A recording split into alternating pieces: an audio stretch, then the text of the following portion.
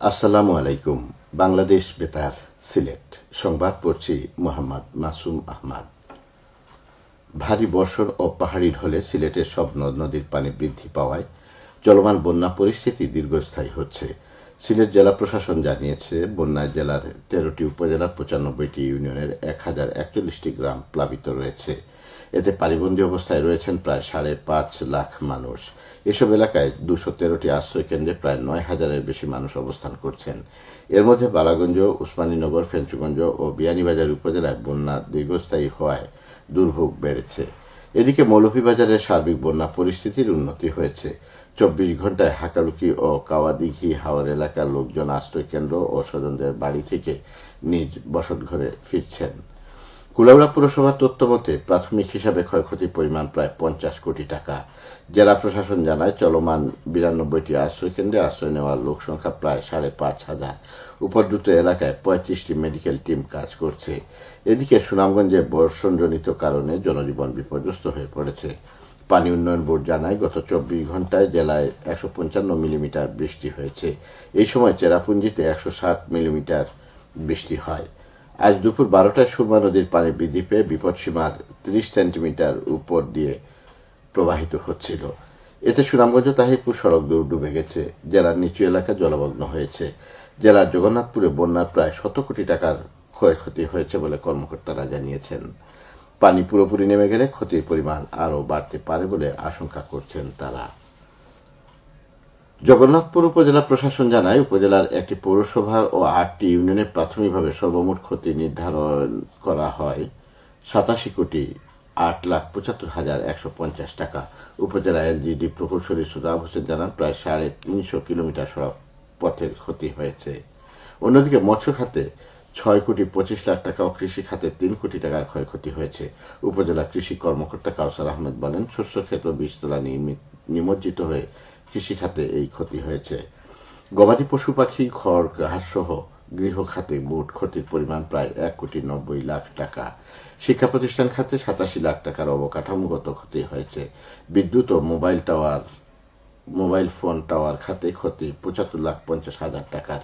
নদী ও হাওরের বাঁধে আংশিক ক্ষতি 95 লাখ টাকার। জনস্বাস্থ্য খাতে ক্ষতি হয়েছে 4,55,60,000 টাকা। উপজেলা নির্বাহী কর্মকর্তা আল বশিরুল ইসলাম বলেন, উপজেলার বিভিন্ন খাত ও ক্ষতিগ্রস্ত বাড়িঘর মিলিয়ে অন্তত 100 কোটি টাকার ক্ষয়ক্ষতি হয়েছে। ক্ষয়ক্ষতির প্রাথমিক একটি তালিকা জেলার মাধ্যমে ঢাকায় পাঠিয়েছি। আশা করছি দ্রুতই ক্ষতিপূরণের কাজ শুরু হবে। এদিকে সুনামগঞ্জে বন্যার্ত মানুষের মাঝে খাদ্য সামগ্রী বিতরণ করেছে জেলা আওয়ামী লীগ ও জেলা যুবলীগ।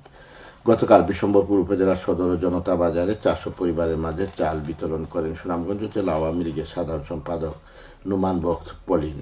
এ সময় উপস্থিত ছিলেন উপজেলা পরিষদের চেয়ারম্যান রফিকুল ইসলাম তালুকদার।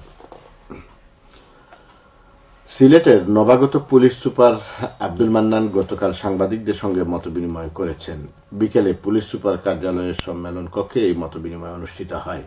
এ সময় তিনি পেশাগত দায়িত্ব পালনে ও অপরাধ দমনে সাংবাদিক সহকর্মী ও অংশীজনের সহযোগিতা প্রত্যাশা করেন। তিনি সিলেটের ইতিহাস, ঐতিহ্য ও সংস্কৃতির ভূয়সী প্রশংসা করেন। সভায় সিলেটে কর্মরত প্রিন্ট ও ইলেকট্রনিক ও অনলাইন মিডিয়া সাংবাদিকরা উপস্থিত ছিলেন। এর আগে গত বুধবার কর্মস্থলে যোগ দিয়েছেন পুলিশ সুপার আব্দুল মান্নান। সুনামগঞ্জের সার্বিক আইন শৃঙ্খলা পরিস্থিতি নিয়ে গতকাল সাংবাদিকদের সাথে নবনিযুক্ত পুলিশ সুপার এম.এন. মুর্শেদ মতবিনিময় করেছেন। পুলিশ সুপার কার্যালয়ে অনুষ্ঠিত এই মতবিনিময়ে তিনি জেলার সার্বিক আইন শৃঙ্খলা পরিস্থিতি নিয়ন্ত্রণে সাংবাদিকদের সহযোগিতা প্রত্যাশা করেন। হবিগঞ্জের বাহুবলে দরিদ্র ক্যান্সার রোগী, চা শ্রমিক ও ক্ষুদ্র জাতিসত্তার শিক্ষার্থীদের অনুদানে চেক প্রদান করা হয়েছে গতকাল। এ উপলক্ষে উপজেলা পরিষদে আয়োজিত অনুষ্ঠানে প্রধান অতিথি ছিলেন আমাতুল কিবরিয়া কেয়া চৌধুরী এমপি।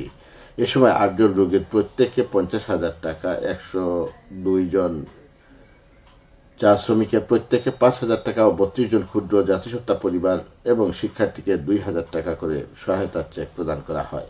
সমাজসেবা অধিদপ্তর এই উদ্যোগ নেয়। হবিগঞ্জের সিলেট ঢাকা মহাসড়কে গতকাল বিকেল ও রাতে পৃথক দুর্ঘটনায় পিকআপ ভ্যান চালক সহ 2 জন নিহত হয়েছেন। আহত হয়েছেন অন্তত 3 জন। আহতদের হবিগঞ্জ জেলা সদর আধুনিক হাসপাতালে ভর্তি করা হয়েছে। নিহতরা হলেন বাহুবল উপজেলার হরিতলা গ্রামের আলাউদ্দিনের ছেলে পিকআপ ভ্যান চালক শিপলু মিয়া ও অজ্ঞাত এক ব্যক্তি। জানা যায় বাহুবলের মুছাই চা বাগান থেকে কাঁঠালবাহী একটি পিকআপ মাধবপুরের উদ্দেশ্যে রওনা হয়। পথিমধ্যে মহাসড়কের সুতাং এলাকায় পৌঁছলে একটি শিশুকে বাঁচাতে গিয়ে ভ্যানটি নিয়ন্ত্রণ হারিয়ে সড়কে উল্টে যায়। এতে ঘটনাস্থলে চালক শিপলু মিয়া নিহত হন। আহত হন ৩ জন।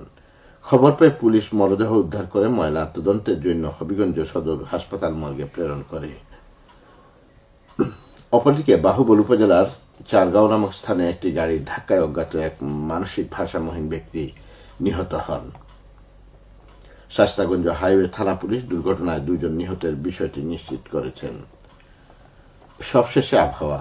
সন্ধ্যে 6টা পর্যন্ত পূর্বাভাসে বলা হয়েছে সিলেট সহ পার্শ্ববর্তী এলাকায় দক্ষিণ দক্ষিণ পূর্ব দিক দিয়ে অস্থায়ীভাবে ঘন্টায় সর্বোচ্চ 60 কিলোমিটার বেগে দমকা থেকে ঝোড়ো হাওয়া বয়ে যেতে পারে। সেই সঙ্গে হতে পারে বৃষ্টি অথবা বজ্রসহ বৃষ্টিপাত। এসব এলাকার নদীবন্দর সমূহকে 1 নম্বর সতর্কতা সংকেত দেখিয়ে দিতে বলা হয়েছে। আজ সিলেটে সূর্যোদয় হয়েছে সকাল 5:10 এবং সূর্য অস্ত যাবে সন্ধ্যে 6:46। সংবাদ শেষ হলো। আমাদের পরবর্তী স্থানীয় সংবাদ প্রচারিত হবে সন্ধ্যে 7টায়।